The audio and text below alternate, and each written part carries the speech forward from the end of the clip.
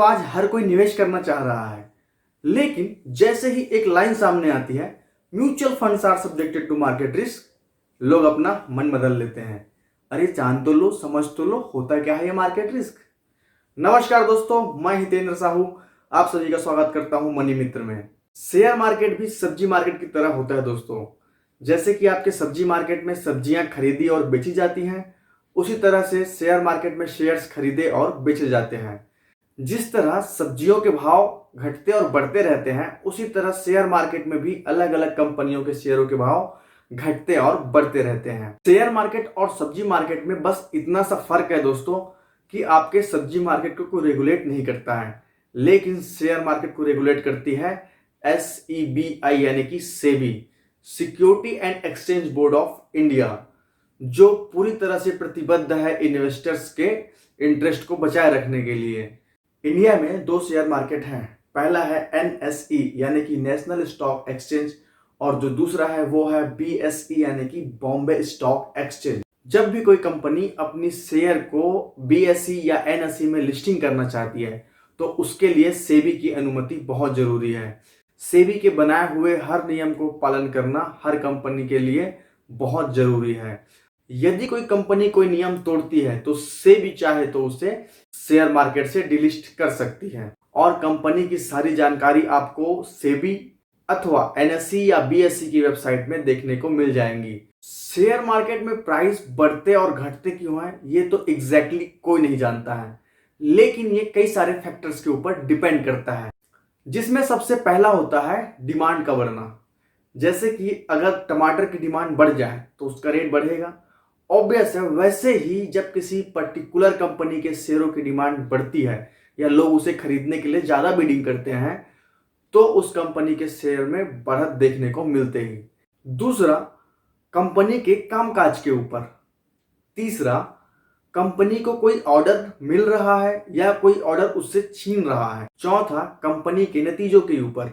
जो last one है वो है कंपनी के मुनाफा घटने या बढ़ने के ऊपर। NSE और BSE में कुल मिलाकर के 7,000 से भी ज्यादा कंपनियों के शेयर लिस्टेड हैं। इसीलिए मार्केट की चाल जानने के लिए बेंचमार्क का इस्तेमाल किया जाता है। जैसे NSE में निफ्टी और BSE में सेंसेक्स। निफ्टी और सेंसेक्स ओवरऑल मार्केट की चाल बताते हैं NSE और BSE में। सबसे ज्यादा मार्केट कैपिटल वाली टॉप की 50 कंपनियां निफ्टी के अंतर्गत आती हैं। वैसे ही BSE में टॉप की 30 कंपनियां जिनका मार्केट कैपिटल सबसे ज्यादा होता है वो आती हैं। मार्केट कैपिटल के आधार पर निफ्टी की टॉप 50 कंपनियां बदलते रहती हैं। म्यूचुअल फंड का डायरेक्ट कनेक्शन शेयर मार्केट से है, क्योंकि म्यूचुअल फंड का फंड मैनेजर किसी एक पर्टिकुलर स्टॉक में इन्वेस्ट नहीं करता है, वो डिफरेंट सेक्टर के डिफरेंट स्टॉक में इन्वेस्ट करता है, जिससे कि आपके पोर्टफोलियो में एक डाइवर्सिफिकेशन रहता है। म्यूचुअल फंड के रिस्पेक्ट में मार्केट रिस्क को समझने के लिए हम निफ्टी को एग्जांपल के तौर पर लेते हैं, क्योंकि निफ्टी में भी डिफरेंट सेक्टर के डिफरेंट शेयर होते हैं, जैसे कि म्यूचुअल फंड में होता है। आइए हम देखते हैं कि निफ्टी का पिछले कुछ सालों में कैसा परफॉर्मेंस रहा है। यहाँ पर आप स्पष्ट देख सकते हैं दोस्तों, सन 2001 में निफ्टी 1405 में ट्रेड कर रहा था। उसके जस्ट बाद दोस्तों सन 2006 में यानी कि 5 साल बाद निफ्टी 2,900 पे पहुंच गया।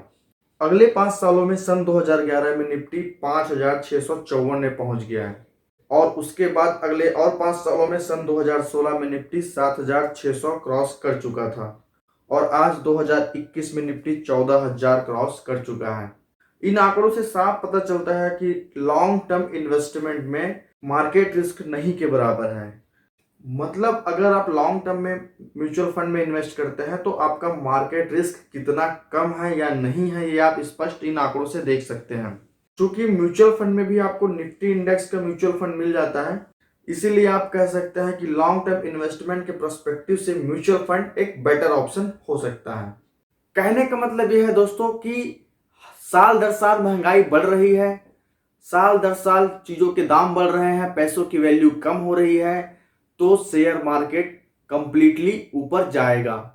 यदि आप किसी पर्टिकुलर स्टॉक पे इन्वेस्ट ना करके म्यूचुअल फंड में इन्वेस्ट करते हैं तो आपको बेटर रिजल्ट मिलने की संभावनाएं हैं। आपका जो मार्केट रिस्क है वो कम होता है।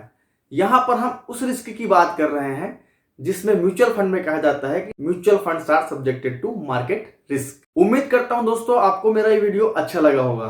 तो यदि आपने अभी तक मेरा चैनल सब्सक्राइब नहीं किया है तो इसे अभी सब्सक्राइब करें।